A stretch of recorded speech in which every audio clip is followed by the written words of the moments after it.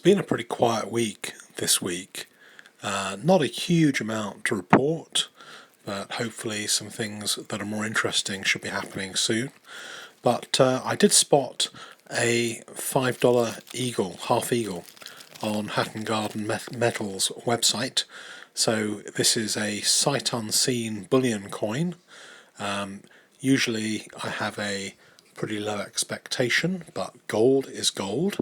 Let's have a look at it. This was bought at spot plus 3%, so not bad at all. It's a tiny bit shiny. You can see when you hold it up to the light, it's just got almost that shiny glaze over it, as if somebody at some stage has given it a bit of a polish. The reverse is also a little bit too shiny, like somebody's sprayed something on it and tried to make it, as you see in some of the adverts, in quotes, proof-like. So I mean, it's certainly good value, and I think it's probably saleable for a little bit more than I paid for it, which is always a good thing. But it certainly isn't the find of the century. Quite often when you get these coins at sight unseen or spot, it's quite rare for them to be really great. There's a reason people sell them to these dealers, and that's just really to get rid of them at a low price, quite often through laziness. So on to the second unboxing. This time it is a trade.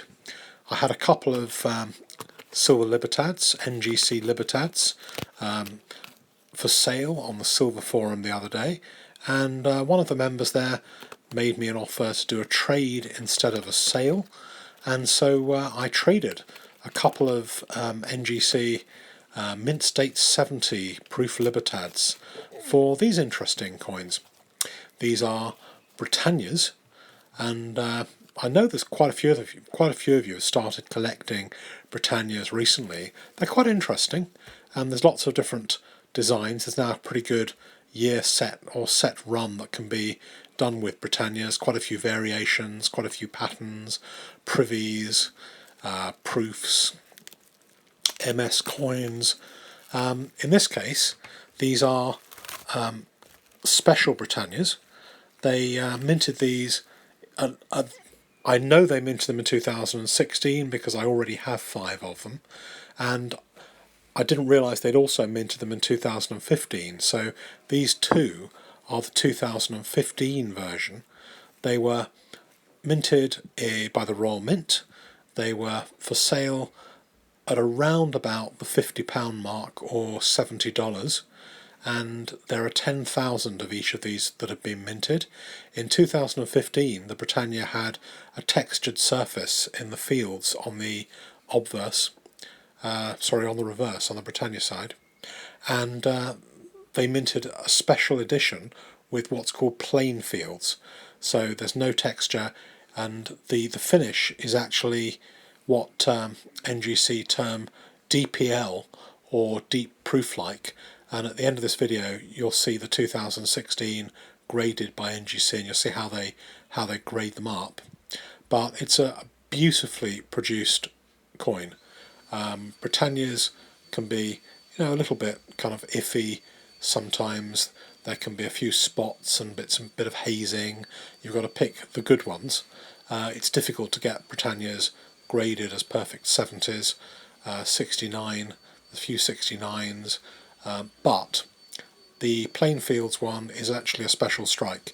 It's not a regular strike at all. It's more of a kind of proof-like strike, and specially produced.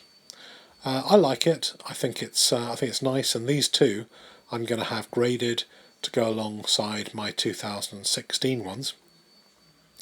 And I only got 69s for all of the other ones. You can see one here. So this one is MS69 DPL.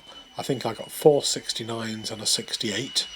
The 68 is on eBay at the moment, if any of you want to buy it. The 69s I've kept back, although if anybody wants to make me an offer for one, they'd be most welcome to. But I'm hoping that the two new ones will get either a 69 or I hope a 70 I think it was a bit mean of NGC not to give me at least 170, but there you go, it sometimes happens. So 2016 and 2015 plain fields.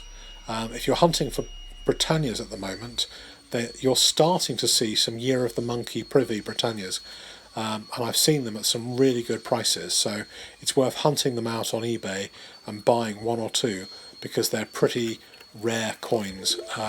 They only kept them, they minted quite a few of them, but they're all in these pension IRA accounts through big brokers, and there are very few on the market. So search them out and let me know what you think of the Britannia plain fields, and of course the shiny little half eagle I also picked up.